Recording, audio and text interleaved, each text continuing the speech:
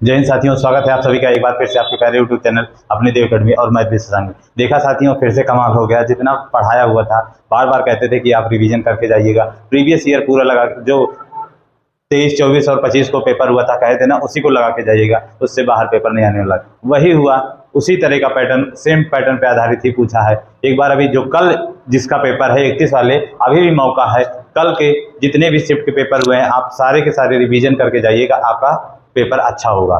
चलिए, आज जो फर्स्ट शिफ्ट पेपर हुए हैं, जरा उन सभी प्रश्नों के आपके सॉल्यूशन देख लेते हैं। जैसे हमारे पास पहला प्रश्न है कि एक ट्रेन 6 किलोमीटर प्रति घंटे और 5 किलोमीटर प्रति घंटे की गति से ट्रेन की समान दिशा में चल रहे दो पुरुषों को पार करने में क्रमशः 11 सेकंड और 10 सेकंड का समय लेती है। यानी जिस दिशा में ट्रेन जा रही है, उसी दिशा में दो हमारे व्यक्ति भी हैं, वो भी जा रहे हैं। व्यक्तियों की चाल दी गई है, ट्रेन की चाल नहीं पता है। ठीक है, अब बताए थे आपको, जब समान दिशा में जाते हैं तो उनकी चालों का क्या लेते हैं, अंतर लेते हैं। और एक चीज, यहाँ पे आपको ट्रेन की लंबाई भी नहीं पता है। ठीक है, तो आप ऐसे निकालिएगा, पहला व्यक्ति की चाल कितनी है, 6 किलोमीटर प्रति घंटा, और ट्रेन की चाल को मान लेते हैं टी। जब एक ही दिशा में जाएंगे तो दोनों चालों का क्या लेंगे, अंतर लेंगे। t-6 हो गया, और ये चाल हो गई। चाल बराबर क्या होता है, दूरी बटे समय। इसको पार करने में कितना सेकंड का समय लेती है, 11 सेकंड। तो चाल बराबर दूरी बटे समय। ट्रेन की लंबाई, दूरी सेम थी, तो हम दूसरे भी इसी तरह से दूसरे व्यक्ति को पार किया। ट्रेन की चाल टी थी और उसका समय, व्यक्ति की चाल कितनी थी, 5, और उसको समय कितना, 10 सेकंड। ठीक है, अब इन दोनों की लंबाई क्या थी, बराबर थी। 11 से इधर गुणा कर दीजिए, 10 से इधर गुणा कर दीजिए, आपका आ जाएगा। देखिए 11t, क्योंकि ट्रेन की लंबाई क्या है, सेम है, डिस्टेंस सेम है, तो हमें चाल निकालना। 11 से गुणा किया, 11t माइनस 11 छक्के 66 बराबर 10 से किया तो 10t माइनस 11, 10 बचे 50। टी को इधर पक्षांतर किया तो कितना गया, 11t में से 10t गए तो 1t, और इसको उधर लेके गए तो -50 और +66 बराबर कितना गया, 16 किलोमीटर प्रति घंटा। क्योंकि टी ट्रेन की चाल माने थे और ट्रेन की चाल कितनी आ गई, 16 किलोमीटर प्रति घंटा। ऑप्शन नंबर डी हमारा सही हो गया। देखिए, इसमें कुछ नहीं था। दूरी बराबर क्या होता है, चाल गुणे समय। चाल ये थी, समय ये था, दूरी हमें पूछा था। क्योंकि दूरी बराबर क्या होता है, स्पीड इनटू टाइम। दूरी बराबर स्पीड इनटू टाइम। तो दोनों ट्रेनों की लंबाइयां क्या थी, समान थी, इसलिए हमने क्या किया, दोनों ट्रेनों की लंबाइयों को बराबर कर दिया है। पहले ट्रेन की लंबाई में इससे 4 से गुणा कर दिया तो पहले ट्रेन की लंबाई आ गई, और ये दूसरे ट्रेन की लंबाई आ गई, पक्षांतर कर लिया। ठीक है, चलिए दूसरा प्रश्न है, वर्क एंड टाइम से था। ये भी सूत्र पर ही आधारित है। आपको बार बार बताएं कि ठेकेदारी से, वर्क एंड टाइम से पक्का प्रश्न पूछेगा। देखो, कहा कि कुछ मजदूरों की संख्या नहीं पता है, तो मान लेते हैं यम मजदूर थे। कितने दिन तक काम किए, 150 दिन तक काम किए। यम मजदूर 150 दिन तक काम किए, लेकिन 15 मजदूर क्या हो गए, अनुपस्थित हो गए। 15 मजदूर, पहले अगर यम मजदूर काम करते थे तब 15 अनुपस्थित हो गए किसी वजह से, और अब वो काम कितने दिन चला, 165 दिन चला। बस आप इसी को हल कर लीजिएगा, आपका उत्तर आ जाएगा। देखो, इसको काट दो, 15 से काट दोगे 15 तो हमारा 150, फिर 15 से काटोगे 15 एकम 15, 15 एकम 15, यानी 11। अब 10 यम बराबर 11 से गुणा कर दो, 11 यम माइनस 11 का 15 से गुणा करोगे तो 165 होगा। ठीक है मेरे भाई, इसको इधर लेके आओगे तो घट के माइनस यम बराबर माइनस 165 हो जाएगा, और ये माइनस से माइनस आप काट दोगे तो शुरुआत में कितने आदमी थे, 165 आदमी थे, और ऑप्शन नंबर आपका भी क्या हो जाएगा, सही हो जाएगा। चलिए नेक्स्ट प्रश्न की तरफ चलते हैं। अगले प्रश्न आपके सामने है, पहला 22 नंबर है। ए बी को 10% वार्षिक दर पर 30,000 रुपए उधार देता है। 5 वर्ष के बाद ए बी क्या करता है, धन को वापस कर देता है। और वो धन वापस कैसे करता है, 40,000 रुपए और प्लस एक घड़ी देकर। 40,000 रुपए और प्लस एक घड़ी देकर धन को, ऋण को क्या कर देता है, जो उधार लिया था पूरा का पूरा चुकता करता है। तो आपसे पूछा घड़ी का मूल्य बता दीजिए। देखो, सिंपल सी बात है, एसआई साधारण ब्याज पे है, तो आप यहां से अगर 10% वार्षिक दिया गया है तो एक साल में 10%, तो 5 साल में हम साधारण ब्याज कितना दे देंगे, 10 गुणे 5 बराबर 50% दे देंगे कि नहीं दे देंगे। ठीक है, अच्छा, जिसको ऐसा नहीं समझ में आता कोई बात नहीं, आप सीधे सीधे यहाँ से साधारण ब्याज निकाल लो। साधारण ब्याज निकालोगे, क्योंकि बहुत सारे बच्चों को बेसिक नहीं समझ में आता कि सर कैसे आ गया, तो हम बेसिक से बताएंगे। ट्रिक में हमें, क्योंकि इस पे अगले कल के पेपर में आ सकते हैं, परंतु आपको अभी भी सिखा देना है कि देखिए 10% की दर है, 30,000 रुपए मूलधन था 5 साल में, तो 30,000 गुणे 10 गुणे 5 बटे 100, यहां से हम साधारण ब्याज निकाल लिए। साधारण ब्याज हमारा कितना आ जाएगा, 15,000 आ जाएगा। 10 बचे 50, और 50 का गुणा 3 से किया 150, तो 0 15,000 रुपए ब्याज आ गया। यानी जो 30,000 रुपए लिए थे 5 साल में 15,000 ब्याज के रूप में दे देंगे, और यानी टोटल मिश्र धन बन गया 45,000। हमें कितना लौटाना है कुल मिला के 45,000। लौटाया मैंने कितना है भाई 40,000 और प्लस 1 घड़ी, तो 45,000 रुपए लौटाना था, जिसमें से 40,000 मैंने लौटा दिया कैश देकर, तो बाकी 1 घड़ी दिया, तो घड़ी का दाम कितना आ गया 45 में से 40,000 को माइनस कर देंगे और घड़ी का दाम कितना आ जाएगा 5,000 आ जाएगा। समझ गए एकदम, इसीलिए आराम से बताए, कोई ट्रिक व्रिक नहीं अपनाए, ठीक है, कि हम उड़ा दें 10 बजे 50 कर दिए उसका निकाल दिया तब भी आराम से, इसीलिए पहले हम बता दिए साधारण ब्याज निकालो। चलो, अरे मेरे भाई इन सब प्रश्नों को मैंने कितनी बार करवा दिया, देखो कहा कि अभी भी जो बच्चे पेपर देखे आए जो नहीं देखे आए सबको फिर बताया था कैसा प्रश्न आएगा। ए प्लस बी आपको बताया था मिलके कितने दिन में काम करता है 10 दिन में, बी प्लस सी मिलकर 15 दिन में, सी प्लस ए मिलकर 12 दिन में। तो ये जो दिन दिए गए हैं मैंने आपको यही बताया था कि इनका सबसे पहले क्या लेना पड़ेगा एलसीएम लेना पड़ेगा। क्या लेना पड़ेगा एलसीएम, और इसका एलसीएम हमारा कितना होगा मेरे भाई 60 होगा। मैंने आपको बताया था कि 10 15 12 का एलसीएम कितना होता है 60। अब यहां से इनकी क्षमता निकाल लें, काम निकल के आ गया, जो एलसीएम हो गया वही हमारा काम मान लेते हैं। और अगर हम ए और बी 60 काम को 10 दिन तो 1 दिन में 6 काम, इसी तरह 60 काम 15 दिन में तो 1 दिन में 4 काम, और इसी तरह से 60 काम 12 दिन में तो 12 पंचे 60। सबकी क्षमता आ गई। अब इसको आप जोड़ लीजिए, 2 बार ए 2 बार बी 2 बार सी, यानी 2 कॉमन लेकर ए प्लस बी प्लस सी की क्षमता निकाल लेंगे, तो 6 4 10 5 15 15/2 आ गया, 15/2 आ गया। अब आप जानते हो समय बराबर क्या होता है, इधर देखिएगा समय बराबर क्या होता है काम बटे क्षमता होती है, काम बटे क्षमता। मत भाग करिए इसको 7.5 में मत बदलिए, कोई जरूरत नहीं है। हम 60 काम लिखे बटे 15 और बटे 2, ये 2 ऊपर चला जाएगा, 15 चौके 60 और 60 का 4 का 2 से गुणा कर दिए तो 4 दूनी 8 दिन। कितने दिन में तीनों मिलकर काम करेंगे, क्योंकि आपसे प्रश्न में पूछा था कि ए प्लस बी प्लस सी मिलकर कितने दिन में काम करेंगे, कितने दिन में करेंगे 8 दिन में। ऑप्शन नंबर सी आपका सही हो जाएगा। और अभी भी फिर से लास्ट में मैंने फिर वीडियो बनाया था कि ऐसा प्रश्न आएगा, और आपको बताए थे कि इसका अगर आप फार्मूला ध्यान दो तो आपसे अगर समय दिया रहेगा तो दर पूछेगा और दर दिया रहेगा तो समय। क्लास में गला फाड़ फाड़ चिल्लाए थे कि याद करके जाना, याद करके जाना, ध्यान करके जाना कि ऐसा प्रश्न आएगा फिर से। तो फिर वही चीज है, दर पूछा, दर बराबर होता है गुना -1 × 100 अपान समय। तो गुना कितना था 4 गुना था, 4 में से 1 घटा दो, 3 × 100/20 और 20 पंचे 100 और 5 के 15। ऑप्शन नंबर डी हमारा क्या हो गया सही हो गया। चलिएगा अगले और प्रश्न की तरफ चलते हैं, ठीक है। 25 नंबर क्वेश्चन में देखिए, एक वस्तु का मुद्रित उसके क्रय मूल्य से 40% अधिक है, तो छूट की दर कितनी होनी चाहिए ताकि 12% का लाभ हो। मुद्रित मूल्य का मतलब हो गया अंकित मूल्य, अंकित मूल्य क्रय मूल्य से 40% है, तो बना लो भैया सीपी एमपी, और लाभ हो रहा है यानी बेची भी गई होगी तो एसपी, तीनों का मूल्य बना लो। अब क्या कहा, क्रय मूल्य 40 से 40% अधिक, अगर ये 100% है तो 40% ज्यादा है, 140 हो गया। अब हमें कितने की छूट देकर बेचें कि लाभ कितने का हो 12% का, यानी जो सामान 100 का खरीदे अब उसको हम कितने में बेचें 12 में। तो यहां से देखो हम छूट कितना दे रहे हैं, अगर 140 लिखे हैं और उस सामान को 112 में बेच रहे हैं तो छूट कितने की गई मेरे भाई 28 की गई कि नहीं गई, तो छूट परसेंट 28। अब छूट जब भी निकाला जाता है तो अंकित मूल्य पर निकाल, अंकित मूल्य कितना है 140, तो बटे 140 गुणे 100, जरा 1 0 से 0 काट दो और 14 दूना 28, 10 का गुणा 20 से कर दो 10 दूना 20%, तो कै परसेंट की छूट दे दें 20% की छूट दे दें। ऐसा पिछली भी शिफ्ट में आया था, फिर करवाए थे आपको। चलिएगा अगला वाला, बताए थे कि math with Shashank YouTube channel पे प्रॉफिट लॉस डिस्काउंट सारे वीडियो पड़े हैं, आप एक बार जरूर देख लेना। और ऐसे प्रश्न उस पर बहुत करवाए हैं आपको, लेकिन नहीं गए तो अब आपका नुकसान होगा ना, आप नहीं पढ़े समय रहते, नहीं सुने मेरी बात, तो नुकसान तो आप ही का होगा, मेरा थोड़ी ना होगा, ठीक है। देखो क्या कहा, एक वस्तु 1700 रुपए में बेचता है एक व्यक्ति, तो उसे 15% की हानि होती है। 12% का लाभ प्राप्त करने के लिए उसे वस्तु को कितने रुपए में बेचना चाहिए। अच्छा एक चीज बताओ, कोई भी वस्तु का उसका क्रय मूल्य हमेशा 100%, हानि पर बेचा कै परसेंट की 15, यानी 85% पे गई कि नहीं गई। अगर अब उसी वस्तु को हमें 12% के लाभ पर, यानी कितने पर बेचना है 112%, और 85% की वैल्यू क्या दी गई 1700, तो हम ऐसा कह सकते हैं 1700 बटे 85 और 112 की वैल्यू पूछा तो 112 से क्या कर देंगे गुणा कर देंगे। आप इसको सरल कर लीजिएगा, बार बार बताए थे कि देखो 17 एकम 17 100 17 पचे 85, फिर 5 से काट दो 5 दूनी 10 20 आ गया, 20 का गुणा 112 से कर दो, 1 जीरो उतरा, 2 दूनी 4 2 एक कम 2 2 एक कम 2, इत्मीनान से कोई हड़बड़ी नहीं, आराम से करके चलना। और ऑप्शन नंबर हमारा कौन सा सही हो जाएगा, ए सही हो जाएगा।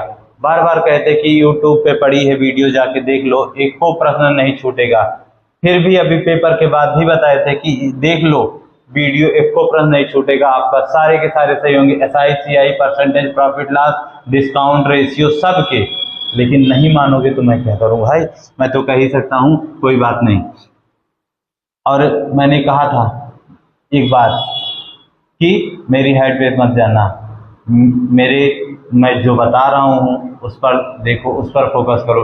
कुछ लोग कहते हैं कि सर आप तो बहुत छोटे हैं, कम उम्र में पढ़ा, इससे नहीं मतलब, मेरे ज्ञान को देखो ना, मैं जो बता रहा हूँ वो पेपर में फंसा रहा हूँ कि नहीं फंसा रहा हूँ, बस इतना सोचो। कहते हैं ना सत सैया के दोहरे जो नाविक के तीर, देखन में छोटा लगे घाव करे गंभीर। चलिए तो अगला प्रश्न क्या कहा, एक पुस्तक विक्रेता एक पुस्तक को 10% की हानि पर बेचता है, यदि वह 1080 रुपए अधिक में बेचता तो उसे 10% का क्या हो जाता, लाभ हो जाता। तो आपको बताए थे कि जब एक बार हानि हो दोबारा लाभ प्राप्त करना हो तो इन दोनों परसेंटेजों को जोड़कर इस रुपए के क्या कर दीजिए, बराबर कर दीजिए। तो -10 और +10 का अंतर कितना हो गया, 20 का, 20% बराबर 1080 के, 1080 के। ये 0 से 0 कटा, 2 से काटे 2 पंचे 10 2 चौके 8, 1% बराबर कितना आ गया, 54 रुपए आ गया। और क्या कहा था आपसे, वस्तु का क्रय मूल्य मूल कीमत पूछा था, वो क्या होती है 100%, 100 से गुणा कर दो तो कितना आ जाएगा 5400। ऑप्शन नंबर भी हमारा सही हो जाएगा। चलिएगा और प्रश्न करते हैं। प्रश्न नंबर 28, 29 और 30 का सॉल्यूशन देखते हैं। देखिएगा, एक परीक्षा में 8 छात्रों द्वारा प्राप्त अंकों का औसत 5.1 था और अन्य 9 छात्रों का औसत 6.8 था, तो 17 छात्रों का बताओ। ये अभी औसत टॉपिक चल ही रहा, अपनी देव एकेडमी यूट्यूब चैनल पर टॉपिक वाइज पढ़ाना शुरू किए, एक नई शुरुआत के साथ कहे हैं। तो उसमें ये क्वेश्चन नहीं करवाए हैं आपको कि एक शामिल हो रहा था, अब यहाँ एक से ज्यादा हो गए तो क्या हुआ, जैसे एक शामिल होता है वैसे यहाँ पे भी देखो 8 छात्र थे, इनका औसत कितना था 5.1, 8 का गुणा अगर आप करना ही चाहते तो 5.1 से कर लेते, प्लस और 9 शामिल हो गए, 9 का गुणा आप कर लेते 6.1, 6.8 और टोटल व्यक्ति कितने हो गए 17। औसत बराबर कुल पदों का योग बटे कुल पदों की संख्या, कुल पदों का योग बटे कुल पदों की संख्या। एक चीज आप देखो यहाँ पे कितना है 17 है, 17 से इसको हम काट दें, 17 कम 17, 17 3 51, 17 चौके 68, 0.3 और 0.4 बचा। तो 8 का गुणा 3 से करोगे तो 8 त्रिका 24, 2.4 हो गया, और 9 का गुणा 4 से करोगे तो 9 चौके 36.6 हो गया। अब इन्हीं नंबरों को आप क्या कर दो, जोड़ दो, 6 4 10 3 2 5 1 6, यानी औसत कितना आ गया 6 आ गया। जिस भी बच्चे को ये करना नहीं आया कोई बात नहीं, आप पहले 8 का गुणा 51 से करोगे 5.1 से, फिर 9 का गुणा 6.8 में करोगे, जो आएगा गुणनफल जोड़कर उसको 17 से भाग दे दोगे, तब भी आपका उत्तर यही आएगा। अब हम इसको कैसे किए, क्योंकि 17 से कट जा रहा था दोनों तरफ, तो हम 17 से क्या कर दिए, काट दिए, नीचे 17 कम 17 51 और 17 चौके 68, फिर 8 का गुणा 0.3 से, 9 का गुणा 0.4 से। अब ये ईमानदारी से बताओ, पहली क्लास में ही करवाएं कि नहीं, अपने देव एकेडमी यूट्यूब चैनल पे है, पढ़ा हुआ क्लास है, उसमें आप जाके देख लो और बताएं कि जो क्रमागत संख्याओं में औसत होता है वो बीच का होता है, यानी इसको 126 को बीच में रखना था। इस पेन के लिए तो आपको केवल कलम भी नहीं चलानी थी, गिन के रखना था उत्तर बस। अब जब ये बीच की हो गई 7 लोगों में, तो एक लिख उठा, 3 उसके आगे जाएंगे, 3 मेरे आगे आओ, 3 मेरे पीछे चलो, बाकी सब उधर चलो, ठीक है। तो 126 था, 126 से पहले 125, 124 और 123। तो क्या पूछा था आपसे, सबसे छोटा पूर्णांक, सबसे छोटा पूर्णांक ऑप्शन नंबर बी हमारा क्या हो गया, सही हो गया 123। और सबसे बड़ा पूछता तो 127, 128 और 129, सबसे बड़ा हमारा 129 हो जाता, चाहे जो पूछता वो। चलिए अब बताओ भैया, अभी कल ही वीडियो आपको डाले मिश्रण का, कल ही वीडियो डाले कि आपको कुछ भी नहीं आता तो बेसिक मेरा आता है, और कहे थे कि जो शुरू का मिश्रण का अनुपात हो उसको x के साथ लगा लो 3x/4x। अब एक में मिला रहा है कि दोनों मिला रहा, मिलाने दो उसको, ये चाहे एक मिला है चाहे दोनों मिला है। दोनों में कितने मिला है, 10 लीटर पानी मिलाया और 10 लीटर दूध मिला है, तो हम दोनों में प्लस कर दिए, बराबर नया अनुपात क्या आ गया हमारा 4:5 आ गया। क्रॉस मल्टीप्लाई, अभी कल की ताजी क्लास है, देख लो भाई आ गया कि नहीं आ गया। 5 तिहाई 15x और प्लस 10 × 5 = 50 बराबर 4 चौके 16x और प्लस 10 चौके 40। इसको पक्षांतर कर दो और इसको पक्षांतर कर दो, तो x बराबर हमारा घट के आ जाएगा 10। और प्रारंभिक मात्रा पूछा था, प्रारंभ में 3 और 4, 4 3 7 और 7x बराबर 7x हुआ, x की वैल्यू 10 आ गई, तो 10 सते 70। कल का क्वेश्चन है, कल का ताजा अभी आपके YouTube चैनल पे ही पढ़ा था, कल ही बताए थे कि फिर से पूछेगा ऐसा प्रश्न, और आप बेसिक के करके जाओ।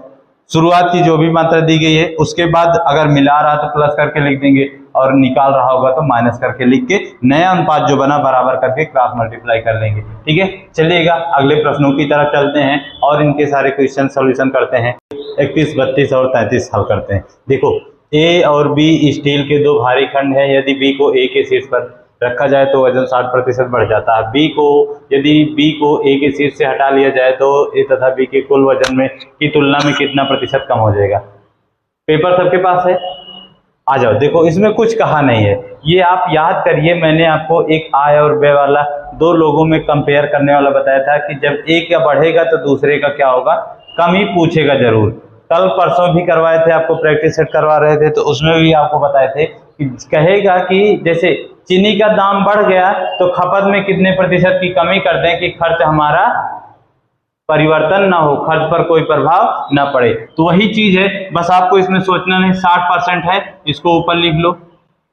बताए थे कि जितनी वृद्धि या कमी हो उसको ऊपर नीचे, अगर वृद्धि हो रहा होगा तो 100 में जोड़ के लिखेंगे और कमी हो रहा होगा तो 100 में घटा के लिखेंगे। क्या हो रहा था, बढ़ रहा था तो नीचे 100 में जोड़ दीजिए, 160 हो गया, इंटू 100 कर दो, सिंपल सा। 0 0 कटा, इसको काट दो, और किससे काट देंगे, 2 से, 2 या 4 से काट दीजिए। 4 चौके 16, 4 चौके 16, 25 चौके 100, फिर 2 से काट दो, 2 दूनी 4, 2 3 6 और 25 3 75, 75/2 और 75/2 को 37.5 कहते हैं। क्या कहते हैं मेरे भाई, 37.5। ऑप्शन नंबर ए हमारा क्या हो गया, सही हो गया। समझ गए, ये वही वाला प्रश्न है कि आपको कराए थे ना कि x की आय y से 20% ज्यादा है तो y की आय x से कितना प्रतिशत कम है। तो आपको बताए थे कि अगर शुरू में वृद्धि दिया तो लास्ट में कमी ही पूछेगा, तो वृद्धि दिया है तो वृद्धि के साथ चलेंगे, कमी दिया होगा तो नीचे घटा के चलेंगे। बस इतने था प्रश्न में। अब आगे आ जाइए,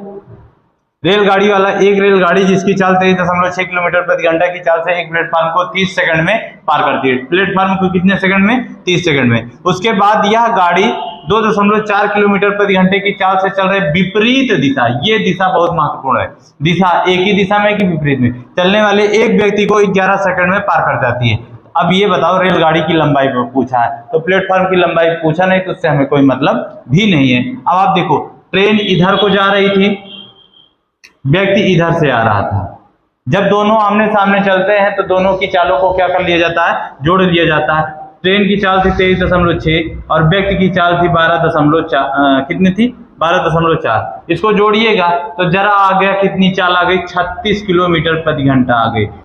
की चाल हमारी कितनी आ गई, 36 किलोमीटर प्रति घंटा। और आपसे पूछा था ट्रेन की लंबाई, और जब ट्रेन किसी व्यक्ति को पार करती है तो अपनी ही लंबाई पार करती है, तो हमें इससे कोई काम ही नहीं है। हमें केवल ये देखो कि व्यक्ति को कितने सेकंड में पार की है, 11 सेकंड में। इसको भी हम 5/18 से गुणा करके मीटर पर सेकंड में बदल दें। 18 दूना 36, 2 पंचे 10, चाल आ गई हमारी 10 मीटर प्रति सेकंड और समय था 11, तो दूरी बराबर होता है स्पीड इंटू टाइम। तो 10 गुणे 11 बराबर 110 मीटर ट्रेन की क्या आ गई, लंबाई आ गई। और वो जो प्लेटफॉर्म की बात था उससे कोई मतलब हमें नहीं था, वो बेवकूफ बनाने के लिए आपको दिया था, बस और कुछ नहीं।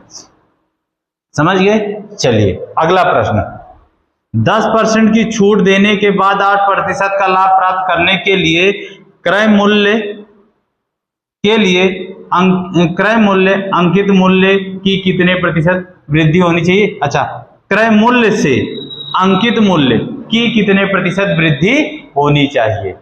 ध्यान दो, याद करो, आपको मैंने बताया एक तरीका और इसका, MP अपान CP बराबर 100 माइनस 100 प्लस प्रॉफिट परसेंटेज अपान 100 माइनस डिस्काउंट परसेंटेज।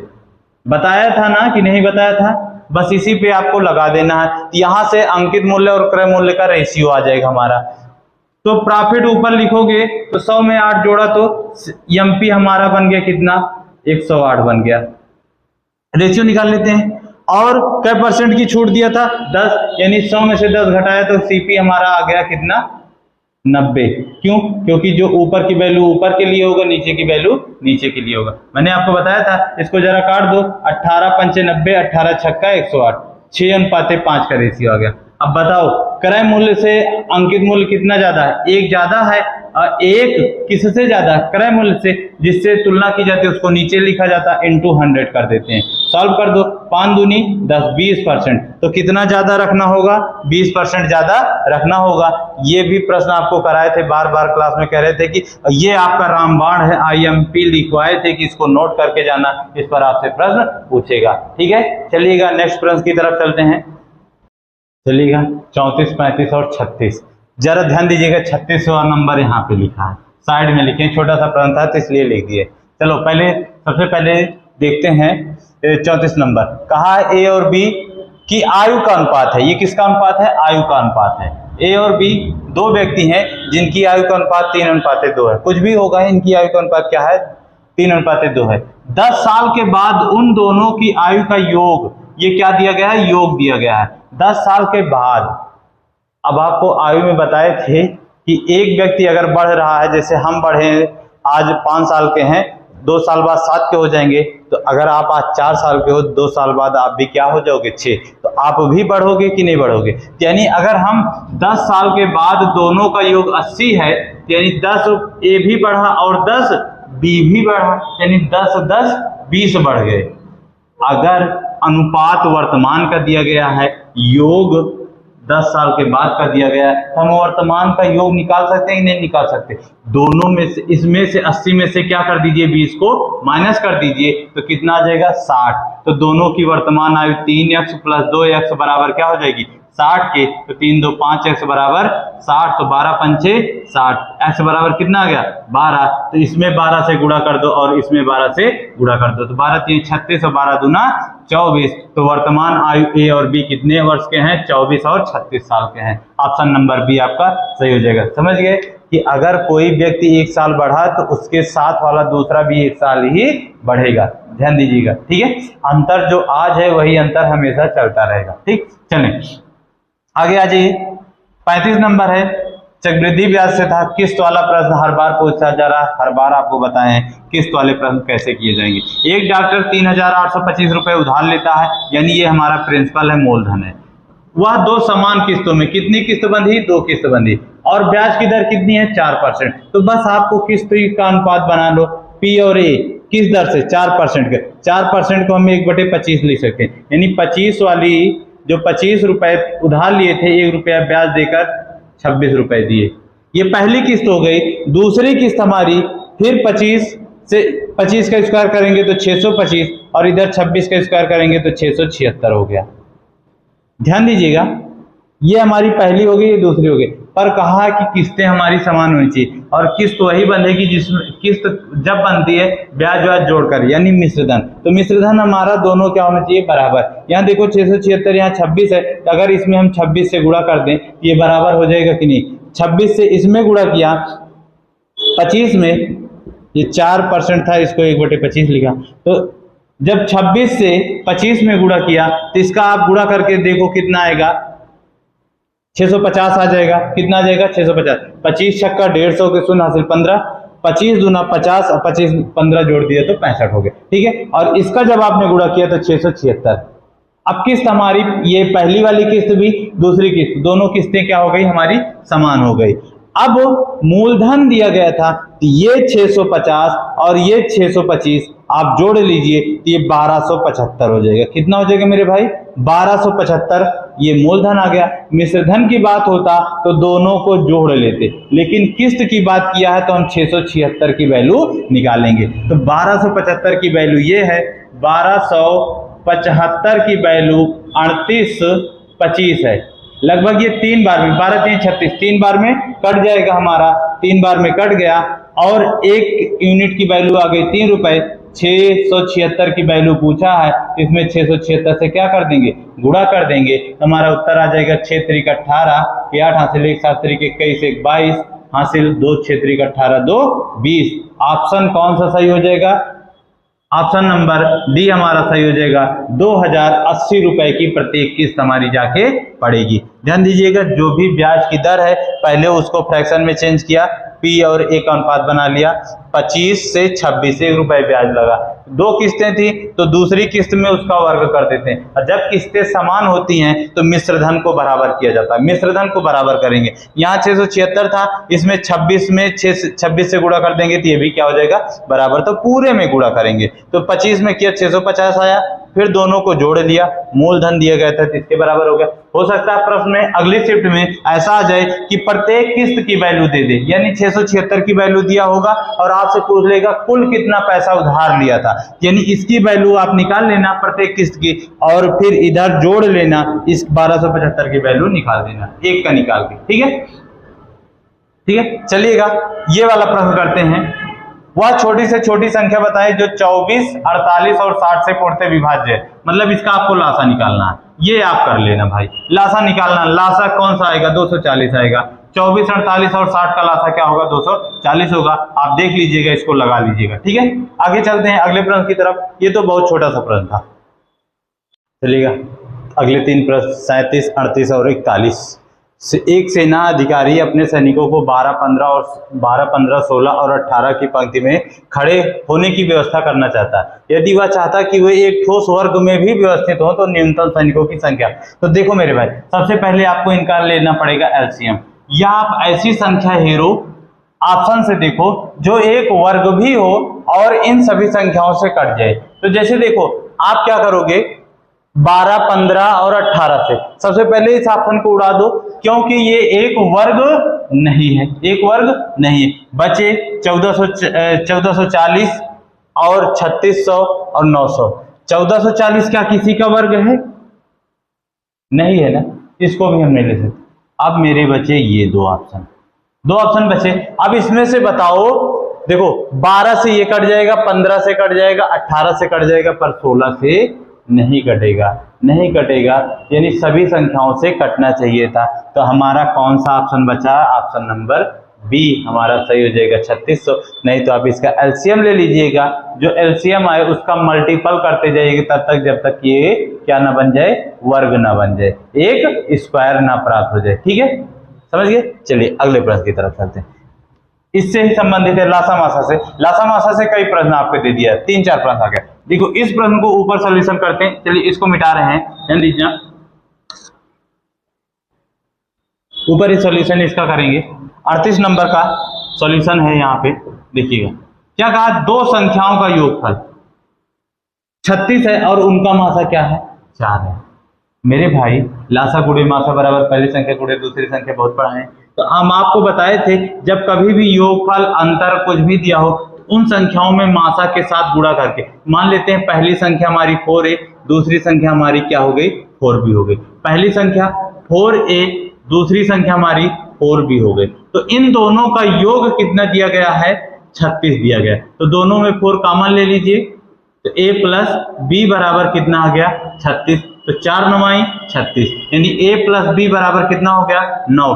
अब 9 को ऐसे 2 खंडों में तोड़ो कि जोड़ने पर क्या बने, 9 बने। अब इसको हम जोड़कर, पहला देखिए, पहला 1 को प्लस 8 कर सकते तब भी 9 होगा, दूसरा 2 प्लस 7 कर सकते तब भी 9 होगा, 2 प्लस 7 कर दिए तब भी 9 हो गया, 3 प्लस 6 कर दिए तब भी 9 हो गया, 4 प्लस 5 कर दिए तब भी क्या हो गया, 9 हो गया। बस इतने 4 पेयर हैं, लेकिन इन चारों पेयर में से जिनके बीच कुछ कॉमन होता है उस पेयर को नहीं लेते। यहाँ पे देखो 3 और 6 एक दूसरे कॉमन है, यहाँ पे 3 कॉमन है, इसको नहीं लेंगे। तो बचा हमारा कौन, 1 2 और 3। तो कितने जोड़े बनने संभव है मेरे भाई, 3 जोड़े। आपको चाहे अंतर का दिया हो, चाहे योग का दिया हो, चाहे गुणनफल का दिया हो, चाहे जैसा भी दिया होगा। अगली शिफ्ट में हो सकता है दे दे गुणनफल पे एक प्रश्न करा दे, जैसे कह दिया कि 2 संख्याओं का गुणनफल हम दे देंगे 64 है, 2 संख्याओं का गुणनफल क्या है, 64 है। तो 4a इंटू 4b बराबर कितना हो गया 64 के। ए बी बराबर कितना आ गया 4 चौके 16 और 16 चौके 64। ए बी बराबर कितना आ गया 4 आ गया। अब इस 4 को हम ऐसे खंडों में तोड़े, गुणा करने पर 4 आए। तो देखो पहला 1 गुणे 4, 4 एक कम 4, दूसरा 2 दूनी 4 हो गया ना। अब इसके कितने जोड़े बनने संभव, इसमें 2 कॉमन है, ये वाला नहीं लेंगे, कौन सा लेंगे, ये वाला लेंगे। ठीक है, तो अगली शिफ्ट में अगर ऐसा आ सकता भी है प्रश्न। ठीक है, ध्यान दीजिएगा। चलिए अगला प्रश्न, प्रश्न नंबर 41। एक छात्र ने जितने प्रश्न सही किए उससे 2 गुना गलतियां की। यानी अगर सही और गलत का अनुपात निकालो आप, सही और गलत, अगर उसने 1 सही किया तो 2 क्या कर दिया, गलत कर दिया। तो टोटल कितने अटेम्प्ट हुए, 3 अटेम्प्ट कर दिया कि नहीं कर दिया। 1 सही किया, प्रश्न में कहा था कि जितना सही उत्तर प्राप्त किया उससे 2 गुना गलतियां की। तो अगर उसने सही 1 प्रश्न किया तो गलत कितने प्रश्न कर दिए, 2 कर दिए। तो कुल मिला के कितना अटेम्प्ट किया, 3 और 3, और प्रश्न में दिया गया टोटल उसने कितने प्रश्न सही किए हैं, 48। तो 3 बराबर 48 के, 1 बराबर 16 के, और एक ही की वैल्यू पूछा है किसकी, 16, तो सही प्रश्नों का। तो कितने प्रश्न सही किए हैं, 16 प्रश्न सही किए हैं। चलिए आखिरी कुछ प्रश्न और बचे हैं उनको करते हैं। ठीक है, चलिएगा आखिरी कुछ प्रश्न है, यही लास्ट है आपके। देखिएगा, लिखा है सबसे छोटा धनात्मक पूर्णांक कौन सा है जो 12 और 16 से पूर्णतया क्या है, विभाज्य है। अब ये बताओ मेरे भाई, इसमें आपको बताया नहीं है क्या है ये, इसका लासा ही निकालना है। 12 और 16 का लासा कितना होगा, 48, खत्म। 12 और 16 का लासा, वैसी संख्या बताना है जो 12 और 16 से क्या हो जाए, पूरी तरह से कट जाए। तो 96 भी कट जाएगा, लेकिन 96 क्या हो जाएगी, बड़ी हो जाएगी। तो हमें छोटी बताना है, तो छोटी क्या होगी, 48 होगी। समझ गए, खत्म। चलिएगा अगला प्रश्न। अब ये बताओ, अनुपात है, आपको बताए नहीं थे कि जो कॉमन हो उसको बीच में बैठा दो। क्यू कॉमन है, लो भैया पहले आप पी और क्यू की वैल्यू लिख लो, एकदम सरल सा तरीका बताए। फिर क्यू और आर की वैल्यू लिख लो, 14:15। और आपको एक तरीका बताए थे प्लाटिंग बुकिंग वाला, प्लाट कब्जा करने वाला, जिसके आगे पीछे जमीन खाली होती है वही बैठता है। तो यहाँ 6 के आगे खाली है, यहाँ पे 6 आ जाएगा, और यहाँ 14 के आगे खाली है तो 14 आ जाएगा। आपसे किसका अनुपात पूछा था, P और R। तो P का 14 पंचे 70 और R का 15 छक्का 90।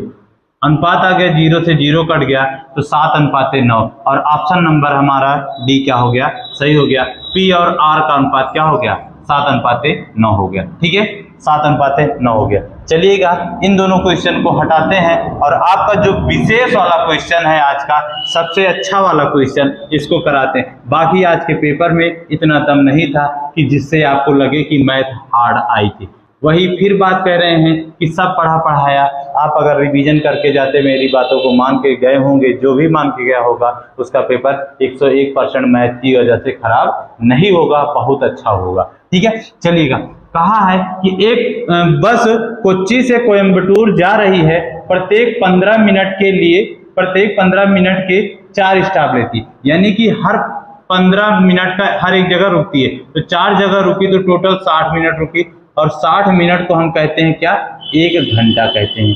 चलिएगा, अगर बस 50 किलोमीटर प्रति घंटे की चाल से जा रही थी, रुक कर, अब बिना रुके जाती तो 60 किलोमीटर प्रति घंटे की औसत चाल से जा रही थी। तो डिस्टेंस पूछा है, तो दूरी बराबर होता है चाल गुणे समय, दूरी बराबर चाल गुणे समय। अच्छा मान लेते हैं अगर ट्रेन बस हमारी 60 की चाल से गई, ये ना रुकती, तो इसको कोयम्बटूर पहुंचने में कितना समय लगता, कोच्चि से 30 समय लगता, यानी दूरी हो जाती चाल गुणे समय, चाल गुणे समय। ठीक है, अब आगे क्या हुआ, फिर उसी दूरी को, डिस्टेंस सेम है ना, तो दूरी, अब क्या कहा कि जब बस रुक के चल रही थी तो उसको अब 1 घंटे रुकी है, कुल मिला के कोच्चि से कोयम्बटूर तक बस हमारी 1 घंटे टोटल रुकी है। तो अगर बिना रुके T घंटे लग रहा था, तो रुक के चली है तो T+1 घंटे लग जाएगा कि नहीं। और जब रुक के चली थी तो उसका औसत चाल कितनी थी, 50 किलोमीटर थी, तो हम इसमें 50 से गुणा कर दिए। यहाँ भी आ गया चाल गुणे समय बराबर दूरी की चाल गुणे समय। अब 1 0 से 1 0 दोनों तरफ का हम काट देंगे, काट दिया तो 6T बराबर इधर 5 का गुणा कर दो, 5T प्लस 5 एक कम 5 के, इसको इधर लाओगे तो t बराबर क्या आ जाएगा 5 घंटा आ जाएगा। यानी अगर बस बिना रुके चलती तो वो 5 घंटे में कोयम्बटूर पहुंच जाती, 5 घंटे में कोयम्बटूर पहुंच जाती। तो दूरी पूछा ना, तो चाल गुणे समय, दूरी पूछा चाल गुणे समय। चाल कितनी है 60 किलोमीटर और समय कितना लगा है 5, तो 6 पंचे 30 यानी 300 किलोमीटर है। कोच्चि से कोयम्बटूर की दूरी कितनी है 300 किलोमीटर है। और ऑप्शन नंबर बी हमारा क्या हो गया, सही हो गया। चलिए बच्चा, इसमें ये थी आज की फर्स्ट शिफ्ट का एनालिसिस। जितने भी प्रश्न है, अगर कोई प्रश्न आपको दिक्कत आ रही, नहीं समझ में आ रहा, तो आप उसको कमेंट बॉक्स में जरूर कर दीजिएगा। और हाँ देखो साथियों, कितनी मेहनत, पेपर का आपको बोर्ड पर लिख के पूरा सोल्यूशन करा रहे हैं। इस मेहनत के लिए भी आप थोड़ा सा वीडियो को लाइक कर दीजिएगा, चैनल को सब्सक्राइब कर दीजिएगा और दोस्तों में शेयर कर दीजिएगा। जय हिंद, जय भारत।